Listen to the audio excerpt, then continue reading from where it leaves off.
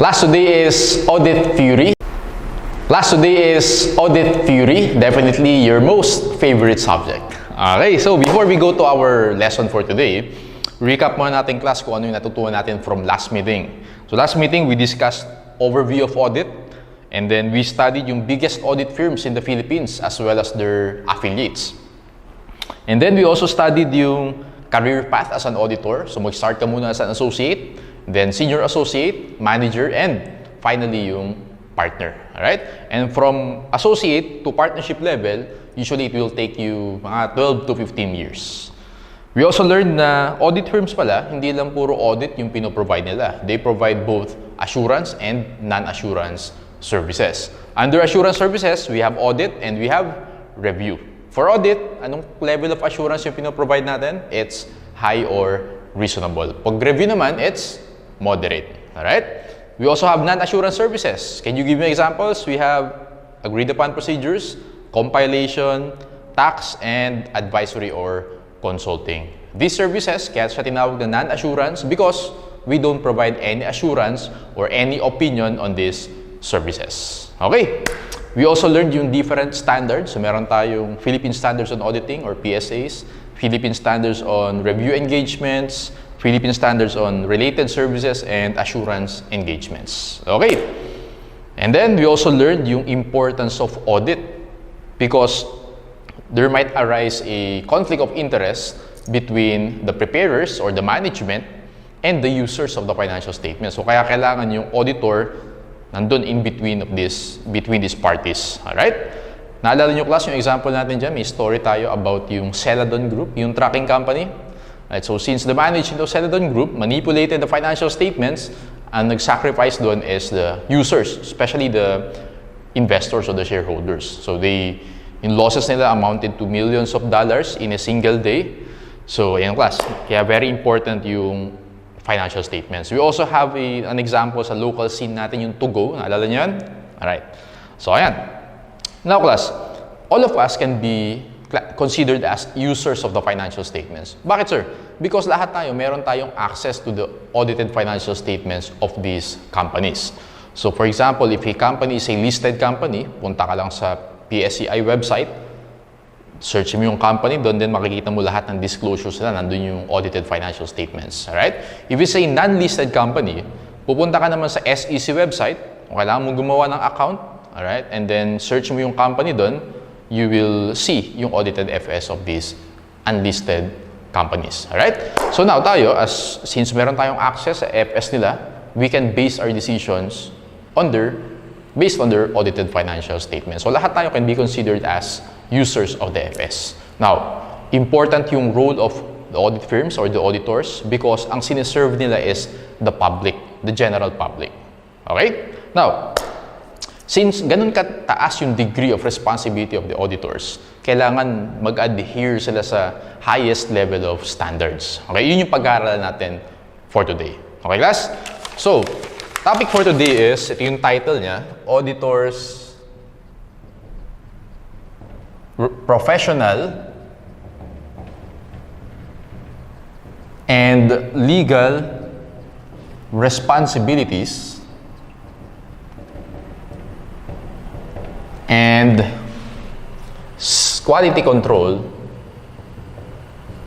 on Audit. Ayan, ang haba ng title Auditors, Professional and Legal Responsibilities and Quality Control on Audit. Title pa lang, aantukin ka na. Alright? Haba-haba. Alright, so, let's divide our discussion into two. Mag-start muna tayo class dito sa Quality Control on Audit. Mamaya natin i-discuss yung Professional and Legal Responsibilities. Okay? So again, in order for the auditors or the audit firms, in order for them to adhere to the highest level of standards, these audit firms have to implement what we call System of Quality Control. Alright? Or SQC. Sir, ano ba yung SQC na yan? System of Quality Control class is basically the policies, okay? These are the policies and procedures, adopted by audit firms to ensure that the audit firms and the personnel or the auditors, okay, comply with the professional standards and regulatory and legal requirements. Okay, so in definition of system quality control is these are policies and procedures adopted by audit firms, okay, to ensure that the audit firm as a whole complies with the professional standards and regulatory and legal requirements. So ano example ng professional standards niyan? Magandang example niyang class is the PSAs, the Philippine Standards on Auditing. While yung regulatory and legal requirements, magandang example niyan is the Code of Ethics. Okay? Yung Code of Ethics, meron tayong separate session for that, one whole session, pero sa latter part of review pa yan. And yung Philippine Accountancy Law or the RA 9298. Ayan, example yan ng regulatory and legal requirements. Okay, so for us to understand the system of quality control, dapat natin class aralin yung elements of the system of quality control. Ayan, meron tayong 6 elements. So isa-isahin natin yung elements na yan. And to discuss these elements, mas maganda kung meron tayong illustration. Okay, so for example, ikaw, pumasa ka na ng board exam. Ayan, sa pinakal ka nag-review, easy sa yung board exam. Now, nung nag-board exam ka, yung highest subject mo is tax. Alright? So, tax mo, sabihin natin mga 97. Ayan, 97. Yung next highest subject mo is AFAR. Alright? So, 96, siguro 96. Ayan. Tapos yung audit mo, 95. Ayan. So, tax, AFAR, and audit. Di ko alam kung bakit yun yung 3 highest subjects mo, pero yun yung naging highest subjects mo. Okay. Since sobrang na-enjoy mo yung audit theory, nag-decide ka na mag-join ng audit firm. Alright? So, let's say you joined Isla Lipana. Okay? Isla Lipana. So, Isla Lipana is also, yung affiliate niya is PwC. Alright? And then, na-assign ka sa Market Group 2. Let's say, Market Group 2. Market Group 2 is mining. Ayan. So, interested ka sa mining industry. So, dyan ka nagpa-assign. Alright? And then, upon assignment, ang binigay sa yung project is an audit engagement. Alright? So, audit engagement.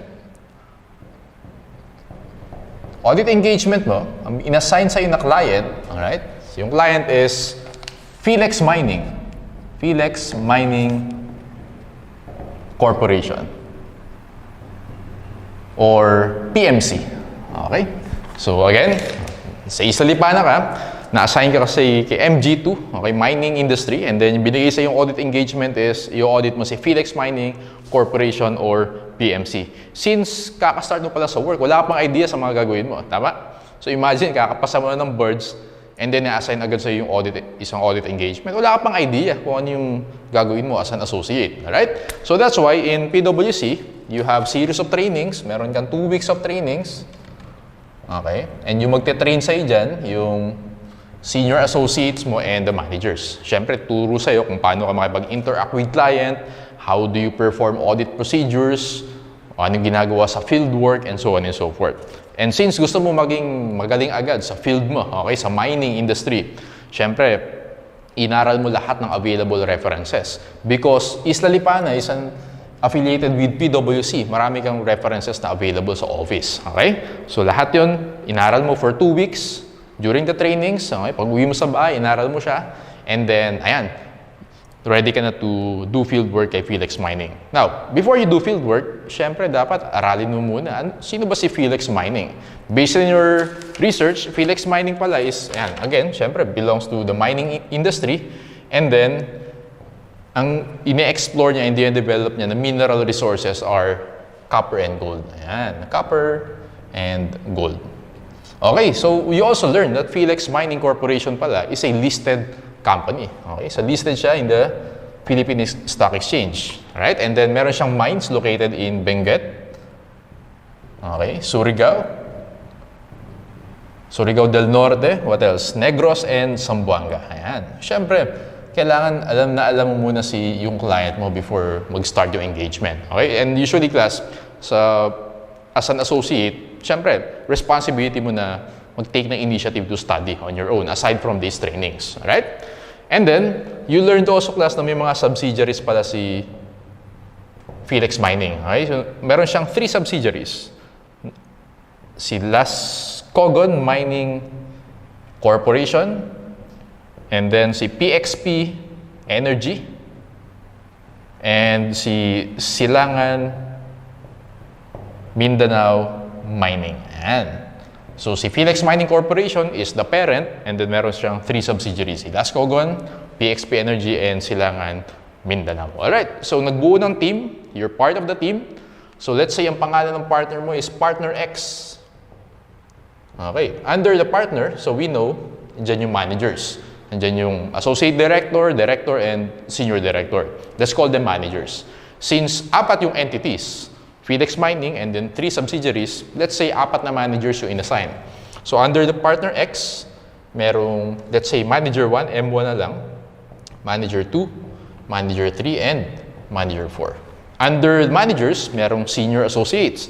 So let's say, under each manager, may 2 senior associates. So let's call them senior associates SA1, SA2. Alright? SA1, SA2. And then SA1, SA2.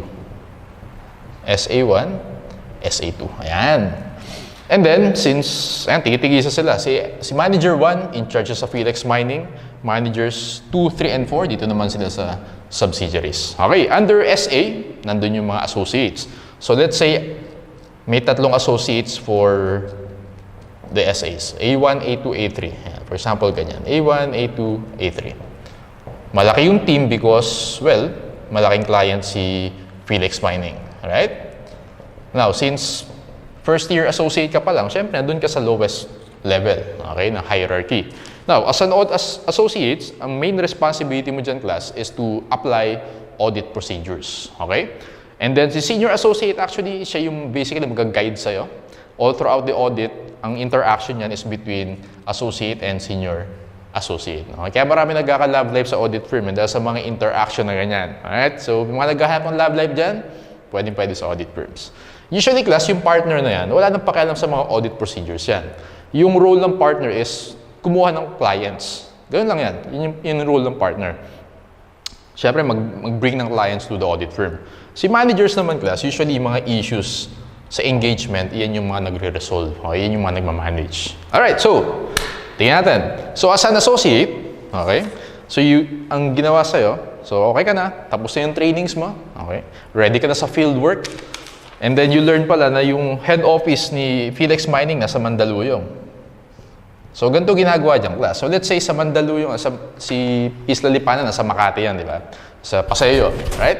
So, let's say Monday to Wednesday, field work ka. Ayan, field work, pupunta ka sa office. Ayan.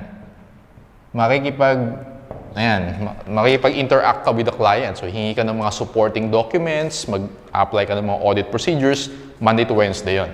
And then, let's say, twice sa audit engagement mo, naka-schedule na pumunta ka ng, let's say, sa Benguet. Okay? Para makita mo mismo yung mines. Alright? So, may mga ganung engagement. So, kailangan mag-fly ka talaga dun sa actual place ni client. And then, so, that's Monday to Wednesday. Let's say, Thursday and Friday, dun ka naman sa office. Okay? Dun ka sa PwC office. Ang ginagawa mo naman pag nasa office ka, dyan yung documentation. Alright? So, Monday to Wednesday, pag field work, again, hingi ka ng mga supporting documents sa client, apply ka ng procedures. Pagdating mo sa office, more of documentation. Okay? So, sa audit class, kailangan magaling ka mag-document dyan. So, dapat organized ka. Alright? And then, ayan. So, yan yung typical na gagawin mo in audit engagement. Again, ang mag-a-assist sa'yo dyan is the senior associate. Okay, so ito yung first engagement mo ever. After passing the board exam, let's go back to the elements of system of quality control. We have 6 elements. First element is what we call leadership responsibilities. Okay. Leadership responsibilities, so class we know na for each engagement, ang responsible dyan is the partner in charge. Okay, the partner in charge, let's call it PIC, partner in charge. So ito yung in charge for each client engagement, for each engagement. Okay, audit engagement. Now, yung in charge naman sa audit firm as a whole is the managing partner. Okay, so yung managing partner, basically, again, yun yung CEO of the audit firm. So yung managing partner, yan yung in charge sa whole audit firm. Pero per engagement, ang in charge doon si partner in charge. Alright? And how do you how do you see yung leadership responsibilities? Actually, class, yung mga partners na yan, pag-aaralan natin next time na nagsasign sila sa auditor's report. Okay? May signature sila dyan. So, pag-sign nila doon, ang ina-assume nila yung responsibility for that engagement. Alright? So, kaya very important yung signature of these partners, partner in charge. Alright? So, ayan, yun yung first element of system of quality control. Dapat daw, for each engagement, very clear yung leadership responsibilities, and we know, for each engagement, yung ultimately responsible dyan is the partner in charge. Okay, let's go to second element of system of quality control. Second element is what we call ethical requirements. Right? Ethical requirements, including independence. Ayan. So, class, yung ethical requirements, i-expound natin yan once we discuss yung code of ethics. Okay? So, for now, mag-focus tayo sa independence. Pero basically, class, yung ethical requirements na yan, we have integrity, right? Objectivity, we have confidentiality. Yan, susulat nyo lang, FYI muna, due care, and then professional competence. Okay? Professional competence.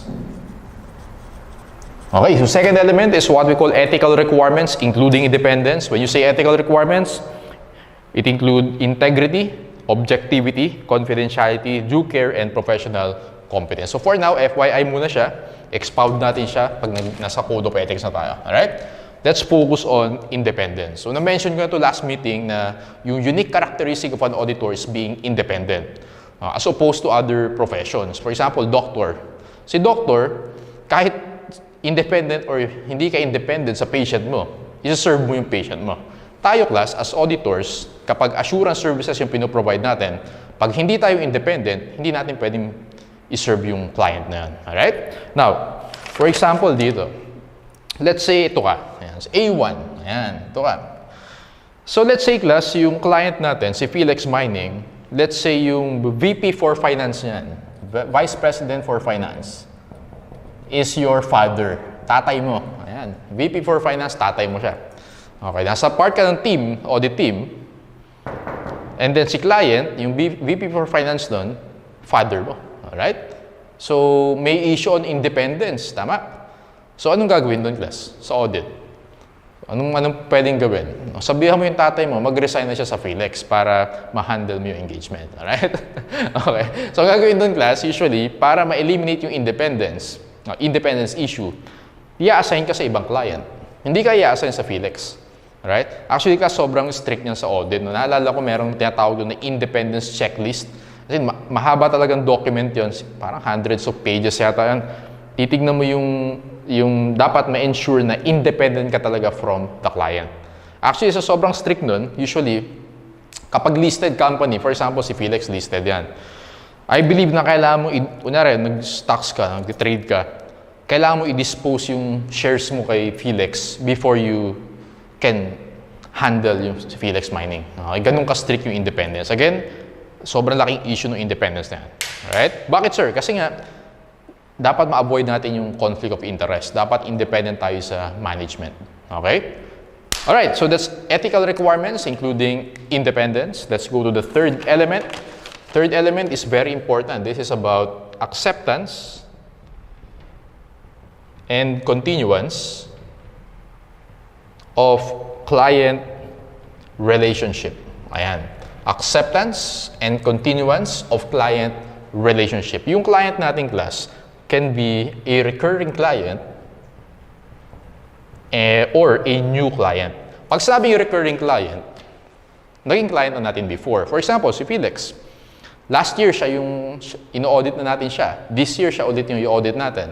Recurring client yung tawag dyan. Okay? For example naman, si Philex, last year, si SGB nag-audit sa kanya. This year, si PwC na, tayo na. New client naman yun. Okay? So now, in acceptance and continuance of client relationship, whether it's a recurring client or new client, ultimately, ang kailangan natin i-assess is the integrity of the client. Okay? So for example, class, recurring client siya. Let's say client na natin siya for 3 years. Ayan. Now, syempre, assess mo yung past experience mo with that client. So for example, cooperative ba si management? Nagbibigay ba siya ng supporting documents sa atin? Or baka naman sobrang mahirap i-audit si management, okay? Or mahirap i-resolve yung issues with the management. So yung past experience mo with the client, syempre, i-consider mo yan. What else? So, since 3 years na natin hinahandle si Philex Mining, so dapat careful din tayo dun sa, naalala nyo sa, I don't know if you still remember, pero sa Code of Ethics, meron tayong tinatawag na threats. Okay? Especially yung familiarity threat.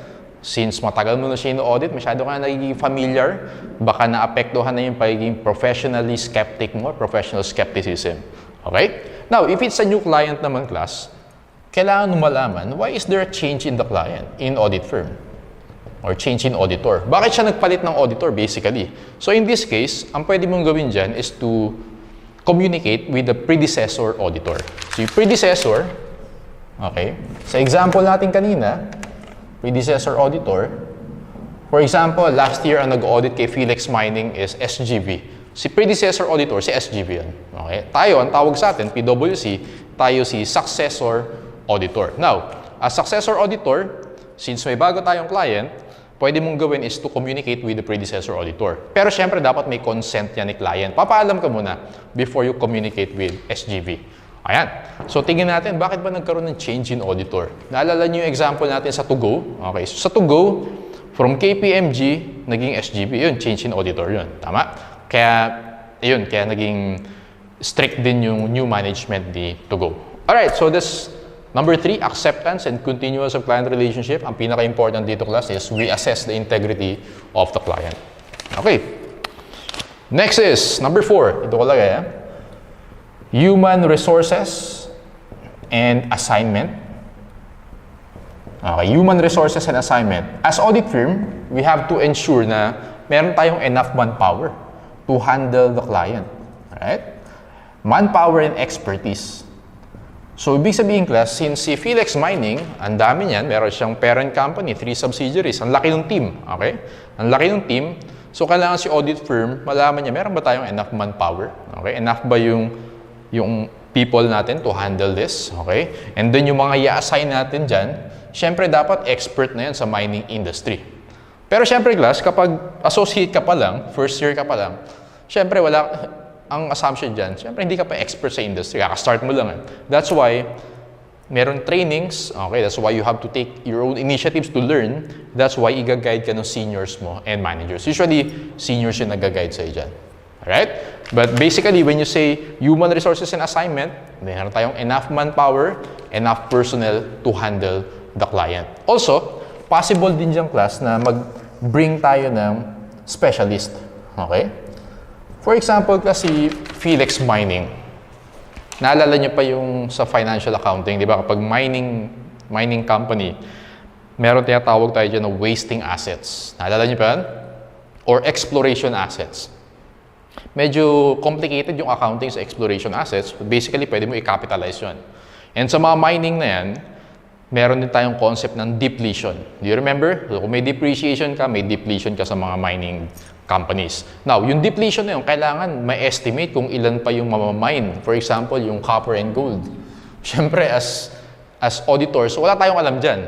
So, pwede rin may possibility na mag-hire tayo ng specialist. For example, mining engineers. So, sila yung bahala yung mag-estimate kung how much pa yung mamamine na copper or gold. Alright? So, from there, malalaman natin yung reasonableness ng depletion na ni-record ni Philex Mining. Got it? Okay, so usual yung class, ha? So, ganun yung ginagawa sa actual practice. Example pa, let's say yung client mo, jewelry. Okay, nagbebenta ng mga jewelries, mga diamonds, gold diamonds. Now, as auditors, wala tayong alam sa mga valuation yan. Hindi naman natin inaral sa school yun or wala tayong mga trainings about that. So, pwede mag-engage ng mga experts to handle those specialized services, okay? Specialized clients. Alright, so that's basically your human resources and assignment. Okay, let's go to number 5. Ilan ba to? 6 lang naman to. Number 5 is what we call engagement performance. Okay, when you say engagement performance class, it is a policy, okay, it is a policy ng audit firm na all throughout the engagement, the auditors have to comply with the PSAs. Okay? All throughout. For example, yung engagement natin kay Felix Piney, mag-start siya ng, let's say, November hanggang April next year.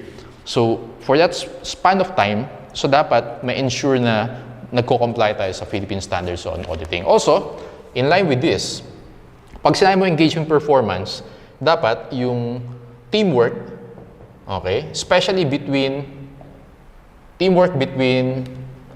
among the team, but especially between the associates and senior associates, dapat laging present yan. So, as senior associates, yung another responsibility niya is to guide these associates. So, lagi kayo may interaction, okay? So, that's what you call engagement performance. So, all throughout the audit, make sure na nagko-comply lahat sa Philippine Standards on Auditing, as well as yung teamwork, okay, or yung communication between associates and senior associates are still there, okay, for the whole period of time. Especially class kapag maraming clients. So, di ba sabi ko last time, the senior associates usually maraming hina-handle yan.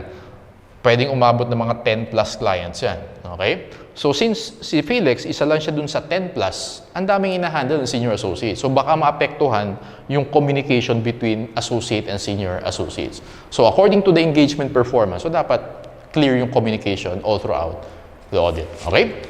And number 6 is last element of system quality control is what we call monitoring. Monitoring basically is evaluation, okay? At the end of the engagement, kapag na-complete na yung engagement, okay, let's say April 15 na, okay, napasa na natin yung audited FS, monitoring is basically evaluation of the whole audit engagement, okay? Evaluation din yan ng lahat ng elements of system of quality control. Okay, so ang magandang example ng class in actual practice is what we call a EQCR or Engagement Quality Control Review. Okay? Engagement Quality Control Review. Actually, this is required for listed companies. Sir, ano ibig sabihin ng EQCR na yan? Isipin nyo, class, parang spot check yan. Okay? Ganito yan, class. So, for example, si Partner X, alright? Natapos na yung engagement sa Felix Mining. Merong surprise audit yung isang partner. For example, si Partner Y, okay, isu-surprise audit niya yung Felix Mining. So, parang auditing, one partner auditing another partner. Ang tawag natin doon is Engagement Quality Control Review. Again, it's required sa mga listed companies. Usually, yan, mga 1 to 2 months after ma-complete yung engagement. So, let's say na-complete yung engagement April, so by May or June, may surprise yan. Surprise yan na hindi yan announce na i-audit mo. Okay? So, ang tawag natin dyan is EQCR. Ayan, just an example of monitoring element of system of quality control. Okay. Yung ibang ganyang class na experience ko sa SGB, yung partner namin, ini-QCR siya. Ngayon, yung nagpunta is from ibang EY office pa. Okay? EY, basta sa abroad pa. Partner from another EY office abroad, pumunta dito to perform EQCR dun sa engagement namin. Alright? So, ganun ka, sobrang big deal talaga yan. Okay, so basically, that's the overview of the auditors.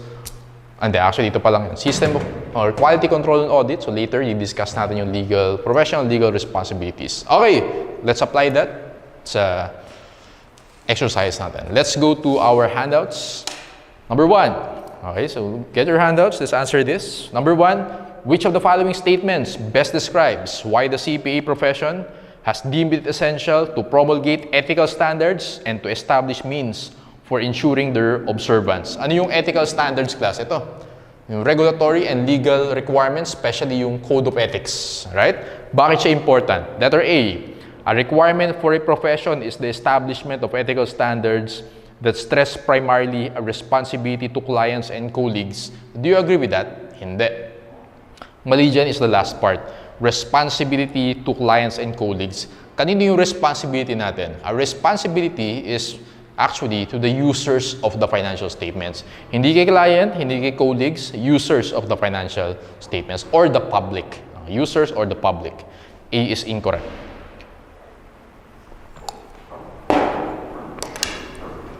Letter B. A requirement of most state laws calls for the profession to establish a code of ethics. Pwede. Letter C, an essential means of self-protection for the profession. It is the establishment of flexible ethical standards. Okay. Letter D, a distinguishing mark of a profession is its acceptance of responsibility to the public. So again, class, sa audit theory, yun yung malaking challenge for the students, no? Possible yung ibang answers dyan, alright? So, lagi natin pipiliin ano yung best answer, okay? We know, class, na kaya tayo may system of quality control, professional standards, regulatory, and legal requirements is because yung responsibility natin to the public. We have to adhere to these strictest and highest standards. Final answer is letter D. A distinguishing mark of a profession is its acceptance of responsibility to the public. Okay, letter D. A basic objective of a CPA firm is to provide professional services that conform with professional standards. Reasonable assurance of achieving this basic objective is provided through A. System of peer review. Class example of system of peer review, EQCR. O, lagay mo dyan. Letter B. Continuing professional education. Pag sinabi mong continuing professional education, ito class yung, are you familiar with CPD? Continuing Professional Development. Yung mga CPD units, okay, dapat mag-earn ka niyan before you can renew your license, your CPA license. Didiscuss natin yan dito sa RA 9298. Okay? Basically, yun yung ibig sabihin ng Continuing Professional Education. System of Quality Control, just the answer. Actually, yun yung topic natin. It's letter C. Compliance with GAAS. Okay? Reasonable assurance of achieving this basic objective is provided through system of quality control. When you say system of quality control, lagi mo lang iisipin, dapat present yung 6 elements na yan in an audit engagement. Okay? Dapat present siya. Okay. That's letter C. Let's go to number 3. The objective of quality control mandates that a public accounting firm should establish policies and procedures for professional development which provide reasonable assurance that all entry-level personnel. Class, ano ibig sabihin ng entry-level personnel? Ito, associates tayo. Okay? So, pag-graduate, pagpasa mo ng board exam, associate ka. Alright? Ang tawag doon is entry-level personnel. A, prepare working papers which are standardized in form and content. B, have the knowledge required to enable them to fulfill responsibilities assigned. Do you agree with that? Okay, entry-level personnel must have the knowledge required to enable them to fulfill responsibilities assigned. So dito, dapat ba may knowledge ka kay Philex Mining, okay, or mining industry as a whole before ka mag-start ng audit engagement? Answer is yes, kaya kami mga trainings. Okay? Kaya nandiyan si senior associate to guide you. Okay? Kasi dapat buong team, syempre may knowledge kayo about that engagement. That's in relation to nasaan yan? Well, you can say ito, human resources and assignment. Right? Dapat may manpower tayo and may knowledge or may expertise for that one. Pero syempre, as an associate, it's reasonable to assume na average pa lang or syempre yung knowledge mo dyan is low level of knowledge pa lang yan. But in short, kailangan may knowledge ka to fulfill your responsibilities. Answer natin dyan is boy. Okay? Even if entry level ka pa lang, iyan yung assumption sa'yo. Dapat may knowledge ka to fulfill your responsibilities. Okay, so usually class ang ginagawa dyan, mas madali magkaroon na ng knowledge about the client if it's a recurring client. For example, class, si Philex last year, naging client na yan. So, available na yung mga documentation sa kay Philex. Okay? Ang gagawin mo as an associate, hihingin mo kay senior associate yung prior year or last year's documentation. Yun ang pinakamagandang aralin if you're an associate. Okay? Yung prior year na documentation. Okay. Letter C, will advance within the organization, develop specialties in specific areas of accounting. No? Let's go to number 4. The Philippine Standards on Quality Control or PSQCs are to be applied to A. Assurance engagement, B. Review assurance, C. Compilation and review, D. All services that fall under AASC's engagement standards. Actually, answer yung class, dog. Lahat yan.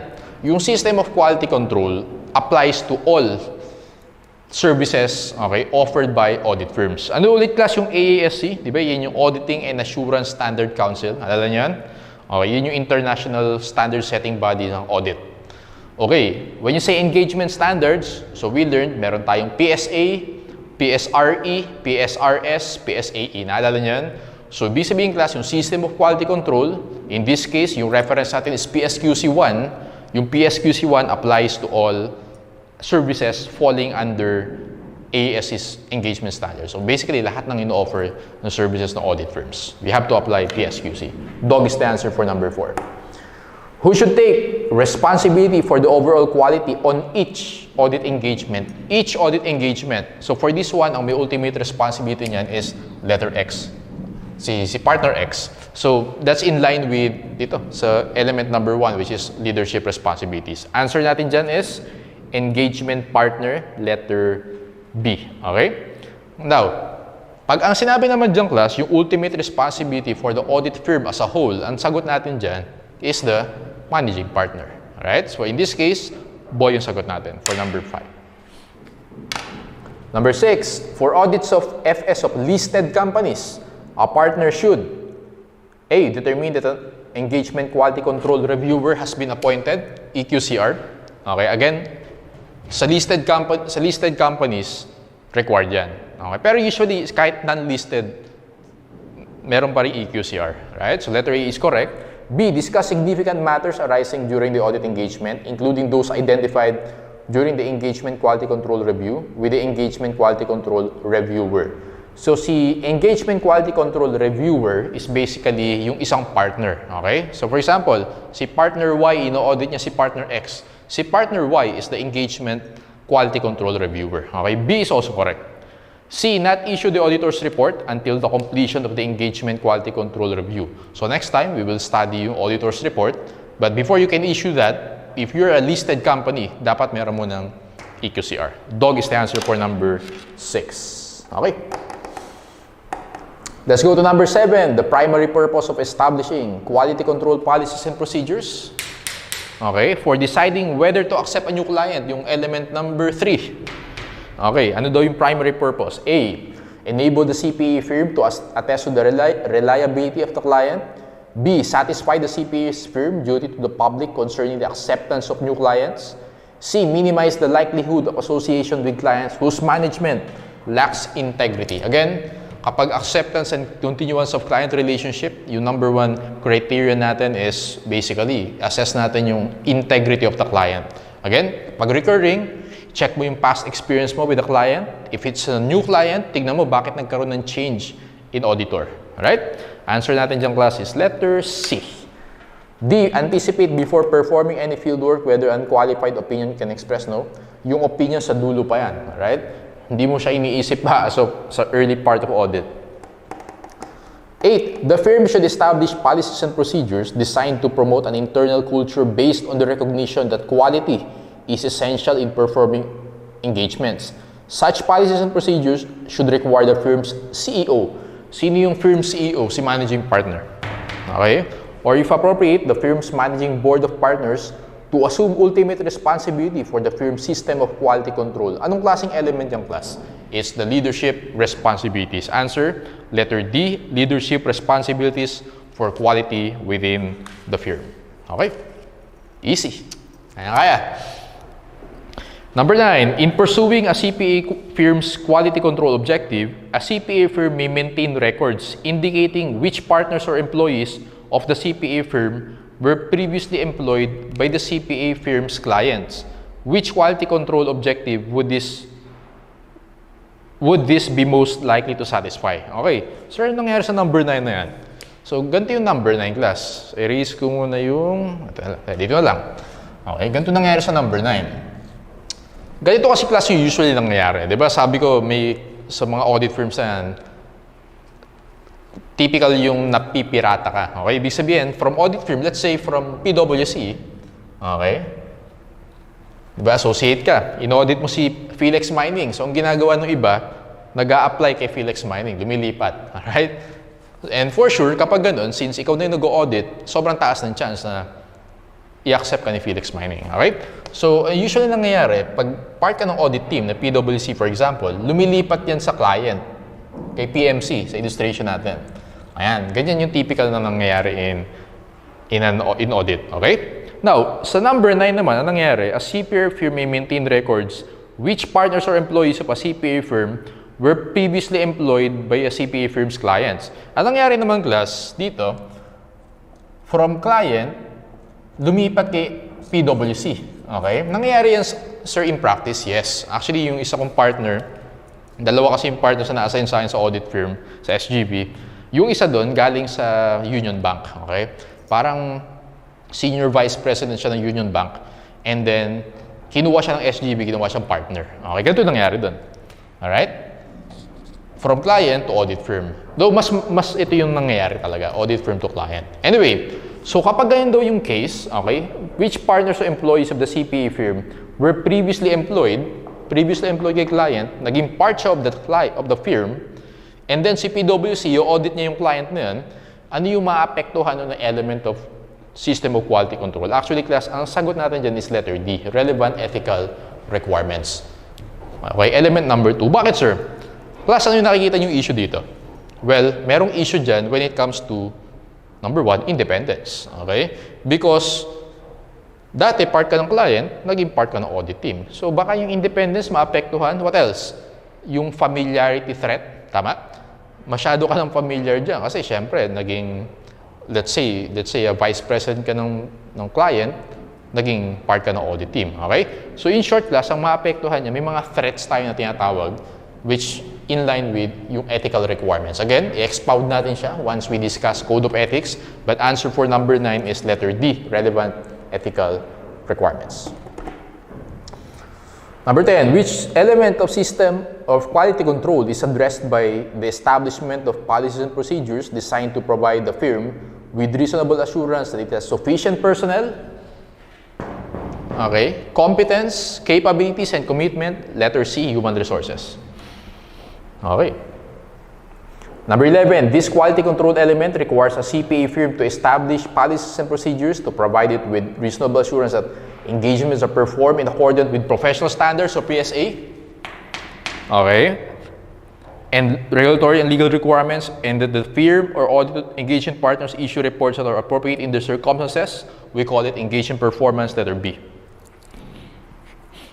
Number 12, a procedure in which a quality control partner periodically tests the application of quality control procedures is most directly related with, ano tawag natin dyan? EQCR, Engagement Quality Control Review, and it's related to element of monitoring. Letter D, monitoring. In compliance with the element of human resources, the firm should address issues relating to A, engagement performance, B, assignment of engagement teams, consultation, differences of opinion. Alam natin, class, assignment. Right? So, assignment of engagement teams. So, yung partner, managers, senior associate, and associates. Letter B. Okay? And class, for number 13, ang usual din nangyayari ganito. For example, si Philex Mining. Okay? Since 4 entities yan. Okay? May parent, may 3 subsidiaries. Complicated din yung tax computation yan. Alright? So, ganito nangyayari dyan, class. So, for example, si PwC, di ba, nag-o-offer siya ng, meron siyang audit, meron siyang tax, meron siyang consulting. Yung tax component na yan, okay, yung tax computation, especially for this huge client, nagpapatulong din si PwC sa tax department nila. Parang ganun. Okay, yung tax division ni PwC will handle yung tax computation of Philex Mining. Nakuha niyo yan? Pwedeng wala yun sa audit firm. O, pwedeng wala yun sa audit team. Okay? So, ganun yun. Nagtutulungan dun sa usually sa mga audit firms. Alright? So, for example, nung time namin, nung nasa SGB ako, meron kaming engagement na yung isang client, meron siyang derivatives sa books niya. Okay? Nag-e-enter siya ng mga derivatives. Now, out of scope na namin yun. Okay? Ngayon, meron sa SGB, merong department, ang pangalan is Financial Services Risk Management Department. Usually, yun yung nag-valuation ng mga derivatives. Tutulungan kami nun. Okay? So, ibig sabihin, class, yung mga experts na yan or yung mga specialists na yan, pwedeng hindi outside ng audit firm. Okay? Pwedeng within the audit firm. Got it? An example pa, meron kami isang engagement na dinetermine namin if yung goodwill ni client kailangan ng impairment. Okay? So, computation ng goodwill impairment. Now, merong isang division ng SGB na yun yung isa sa expertise nila. Okay? So instead of kami as audit team yung gagawa nun, tutulungan kami ng isang part of SGB na yan. Okay? So ang tawag natin dun, yun yung mga internal experts or internal specialists. Okay, part din siya ng human resources and assignment. Okay, number 14. Which of the following quality control policies and procedures does not relate to human resources and assignment? A. Emphasize independence of mental attitude in training programs and in supervision and review. Kapag yung independence na yan, ethical requirements including independence. So, A na yung sagot natin for number 14. Okay? Kasi nakalagay, does not relate. So, ingat ka, not related. So, yung A is not related to human resources because it's related to ethical requirements. B, monitor the effectiveness of recruiting programs. Okay? Yung hiring programs. Identify criteria should be considered evaluating individual performance and expected proficiency. Actually, class may mga audit firms na, di ba sabi ko last meeting, yung income of the audit firm will go to the partners. Tama? May mga audit firms, actually, PwC is one of these firms na yung mga associates, meron din silang share sa income ng audit firm. Okay? May bonus din sila. I don't know if it's quarterly bonus or annual bonus, but basic meron din sila. I think sa SGB wala eh. Okay? Noong time ko wala. So, sure ako sa PwC meron. Anyway, ayan, based on individual performance. Identify on a timely basis the staffing requirements. B, C, and D are related to human resources and assignment. Answer natin here, class, is letter A for number 14. In connection with the element of assignment or human resources and assignment, a CPA firm's system of quality control should ordinarily establish procedures that A, provide adequate supervision at all levels, considering the training, ability, and experience of the personnel assigned. Okay. Encourage personnel to use authoritative sources on complex or unusual matter. Okay. Require preparation of time budgets for audits to determine manpower requirements and to schedule the audit work. Actually, letter C yung sagot natin. Establish qualifications deemed necessary for various levels of responsibility. Yung D, more of human resources. So, very explicit dito, assignment daw. So, ito. Okay, assignment yung tinatanong sa atin. Okay, answer natin dito, class, is letter C, yung time budgets. Actually, ganito yan, class. No? So, usually, para malaman mo kung how much yung fee na charge sa mga clients na ganyan, usually, number of hours, and then minumultiply dun sa rate per hour. For example, si partner X, let's say ang 50 hours yung allocated for this engagement, okay? 50 hours. And then si partner X, for example, ang rate niya is 20,000 per hour. Okay? So ayan, yun yung magiging charge ni partner dun sa ano. So how much yung ano na yan? Is it 1 million? 1 million pesos? Ayan, for example, 1 million. Okay.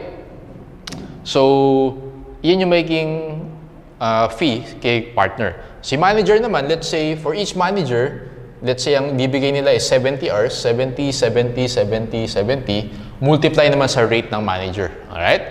For example, senior associates, mas marami yan. Let's say, 100 hours each. Okay? Si associate naman, let's say, 80 hours each. And so on and so forth. So, add mo lahat ng hours na yan, multiply mo yung rate per hour, syempre, yung partner yung pinakamalaki. Actually, ano yan, usual yan, yung 20,000 per hour na yan.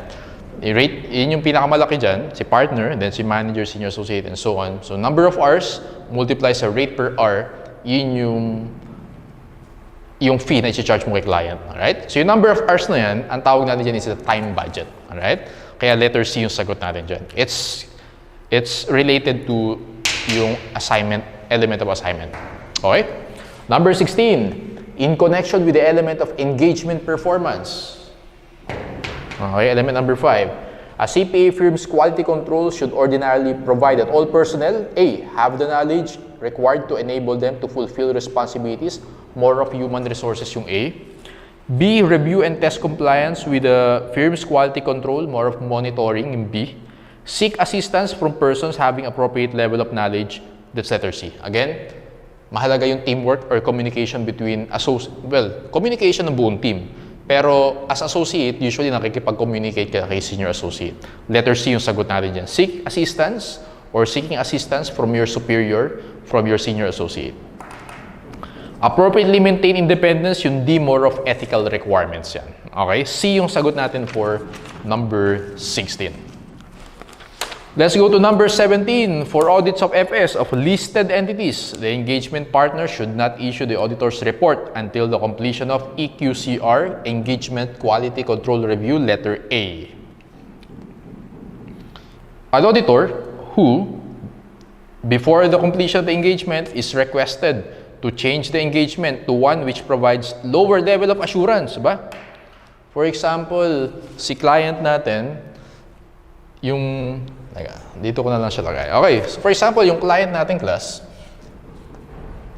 na pagkasunduan natin, we will provide audit service or audit engagement, okay? And then sabi ni client, hindi na pala audit. So nung nag-start na kayo, sabi ni client, hindi na pala audit, review na lang, right?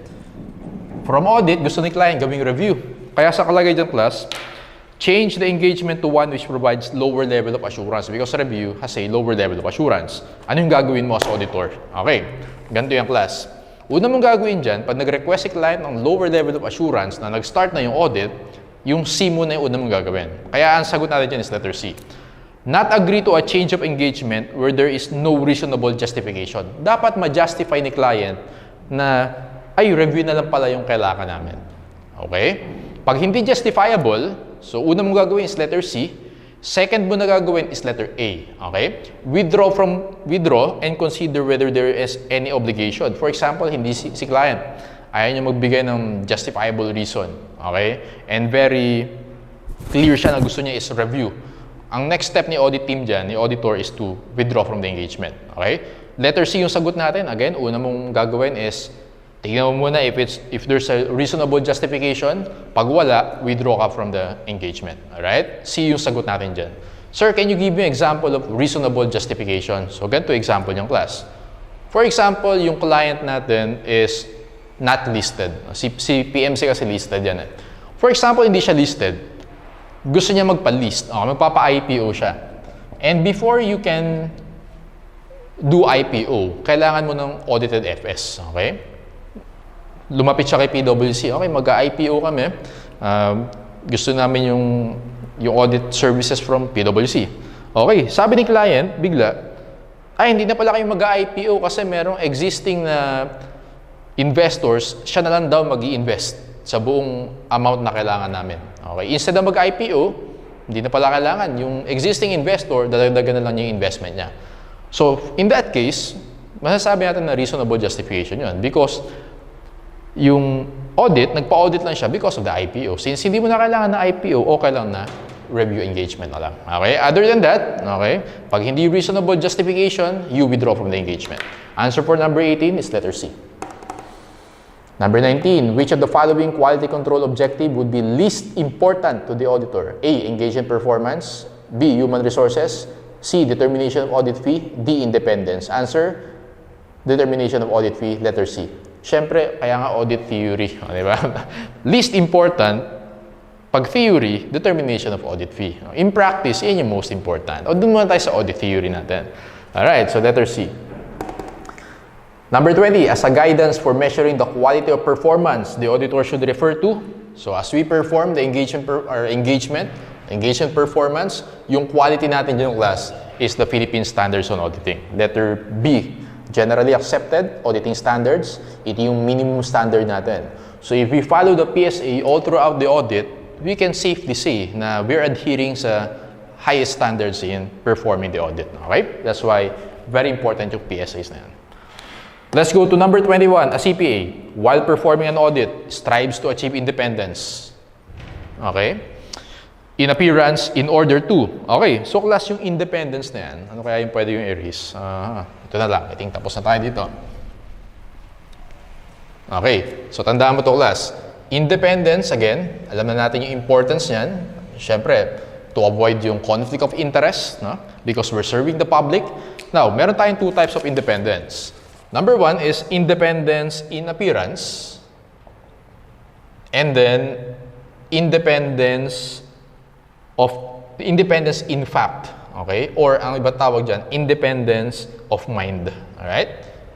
Okay, so again, we have two types of independence. Independence in appearance And then independence in fact or other term for that is independence of mind. So anong difference yan? Okay, pag sinabi mong independence in appearance, alright?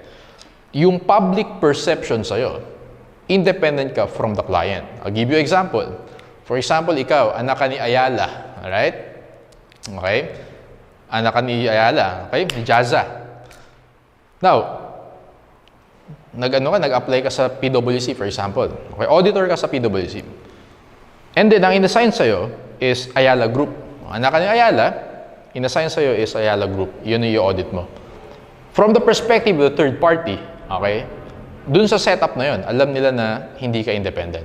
Alright? Ang tawag natin dun, class, yung perception na yun, okay, yung public perception is independence in appearance. Alright? Pag sinabi mong independence in fact or independence of mind, so basically, class, iyan yung state of mind. Okay? As you perform the audit procedures, okay, as you perform the audit engagement, dapat objective ka, dapat independent ka. Alright? So again, kapag from the perspective of the third party, ang tawag doon, independence in appearance. Pag naman state of mind, okay, as you perform the audit procedures, in this independence in fact or independence of mind.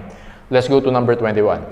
A CPA, while performing an audit, strives to achieve independence in appearance in order to A. Reduce risk and liability, comply with GAAS, become independent in fact, D. Maintain public confidence in the profession. Dog yung sagot natin dyan. Again, syempre, kapag from the perspective of the third party, alam nila na hindi ka independent, maapektuhan yung public perception doon. Alright? Letter D is the answer for number 21. Okay, yun muna yung part 1. And then let's take a short break before we go to part 2.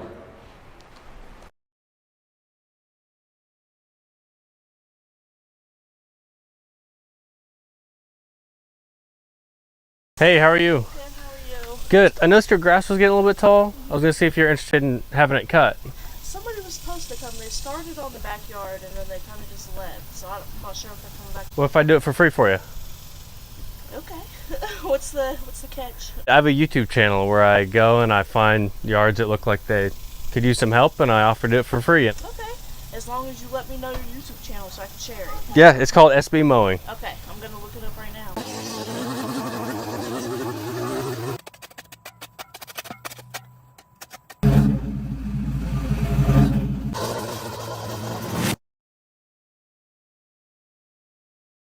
Hey everyone, Spencer here with SB Mowing, and I've got an awesome transformation for you today. Mrs. SB and I have been driving around this one neighborhood the past couple of weeks looking for crazy tall lawns in it, and we found this one. I saw there was a car in the driveway and there were some kid toys buried in the front yard, so I thought someone might live here and got really excited and went to go knock on the front door. And when I did, a lady